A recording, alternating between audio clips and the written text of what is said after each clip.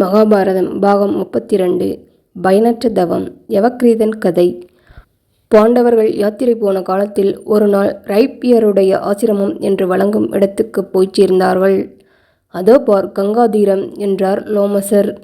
இதுதான் தசரகுமாரன் பரதன் ஸ்நானம் செய்த இடம். விருத்திரனை அதர்ம வழியில் கொன்றதனால் இந்திரன் அடைந்த பிரம்மகத்தி தோஷம் இந்த தீர்த்தத்தினால்தான் கழுவப்பட்டது.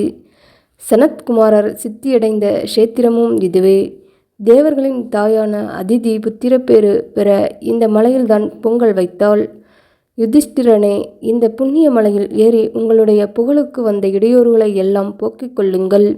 இங்கே ஓடும் கங்கையில் நீராடினால் ஆணவமும் குரோதமும் நீங்கும் என்று லோமசர் பாண்டவர்களுக்கு அந்த இடத்தின் மகிமையை எல்லாம் விளக்கிச் சொன்னார். ரிஷி புத்திரனான யவக்கிரீதன் இவ்விடத்தில்தான் நாசமடைந்தான் என்று கதையைச் சொல்கிறார். பரத்வாஜர், ரைப்பியர் என்ற 2 பிராமண சிரேஷ்டர்கள் வனத்தில் ஆசிரமங்கள் அமைத்து கொண்டு இருந்தார்கள். இருவரும் மிக நெருங்கிய சிநேகிதர்கள். ரைப்பியரும் அவருடைய குமாரர்களான பராவசு, அர்வாவசு என்கிற இருவர்களும் நன்றாக வேதம் ஓதி பெரிய வித்வான்களாக புகழ் பெற்றார்கள். பரத்வாஜர் தவத்திலேயே தம் நேரத்தை எல்லாம் கழித்து வந்தார். பரத்வாஜருக்கு ஒரு மகன் இருந்தான். அவன் பெயர் யவக்கிரீதன். பிராமணர்கள் வித்வானான ரைப்பியரை மதிப்பது போல் தன்னுடைய பிதாவை மதிக்கவில்லை என்பதை யவக்கிரீதன் கண்டான். ரைப்பியரும் அவர் குமாரர்களும் தங்கள் கல்வியின் பயனாக ஜனங்களிடம் அதிகமான மதிப்பை பெற்றிருப்பதை பார்த்து யவக்கிரீதன் பொறாமைப்பட்டு துயரம் அடைந்தான். யவக்கிரீதன் இந்த குறையை தீர்த்து கொள்ள இந்திரனை குறித்து கடுந்தவம் புரிந்தான். நெருப்பில் தன் தேகத்தை வாட்டி தேவராஜனுக்கு சந்தாபம் உண்டாக்கினான். மனிதர்கள் தவம் செய்வது, உடலை வாட்டிக்கொள்வது தேவர்களை துன்புறுத்தும். யவக்கிரீதனுடைய கடுந்தவத்தை கண்டு தேவராஜன் இறங்கி, ஏன் இந்த கோரமான தவம் என்றான். பிராமணர்கள் இதுவரையில் ஓதியறியாத வேதங்கள் எல்லாம் எனக்கு வர வேண்டும். நான் பெரிய வித்வானாக வேண்டும். அதற்காக இந்த தவம் செய்கிறேன். குருவியின் வாயால் நீண்ட காலம் ஓதி கஷ்டப்பட்டு வேதங்களை அடைய வேண்டியதாயிருக்கிறது.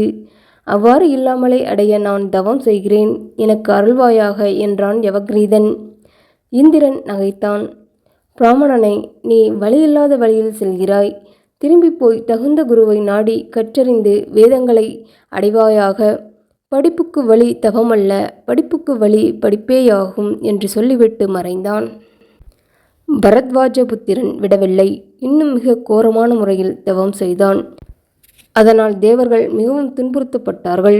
இந்திரன் மறுபடியும் வந்து யவக்கிரீதனை பார்த்து, சரியாக ஆராய்ந்து விஷயத்தை அறிந்து கொள்ளாமல் இந்த காரியத்தில் பிரவேசித்திருக்கிறாய். உன் தகப்பனாருக்கு வேதம் தெரியும். உன்னால் ஓத முடியும். போய் கற்றுக்கொண்டு வேதங்களை அடைவாயாக.